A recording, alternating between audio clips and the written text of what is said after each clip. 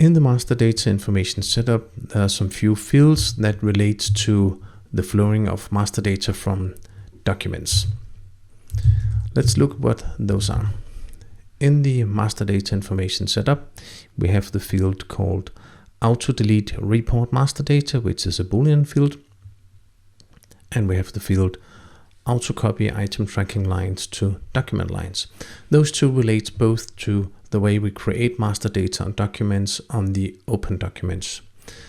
The first one, auto copy item tracking lines on documents, you can set to yes or no or prompt, which means if you use the lot number information table or the serial number information table, should it transfer master data from those two tables to the item tracking lines on the sales document, depending on the setup you define in the master data on document setup. The other field, the auto delete report master data, is used to determine whether it should just automatically delete when you change an item number on a sales line, or it should ask the user. And it looks like this. So if we take a sales order, just as an example, and right now we didn't check mark the field, and I have an item line here.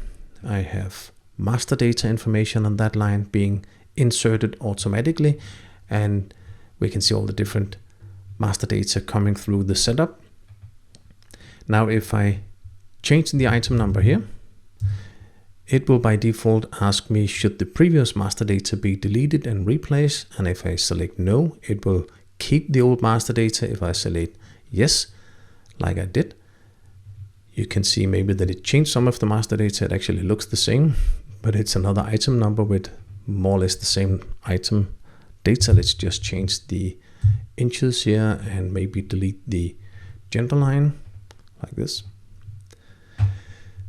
So now we know it's 25 inches, and we deleted the gender, and it asked us if we did the setup in the master data information setup. Oh, it's in the background here. In here, if we either check mark this, it wouldn't ask, it would just replace it all if we made this check mark.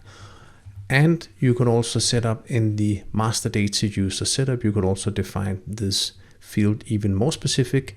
So if you decide per user what to do, never delete, always delete, or blank in here, you can determine what to do for specific users. So if I set up here for myself that it should always delete and replace, it wouldn't ask for my user. Now let's just do it in here in the auto delete report master data.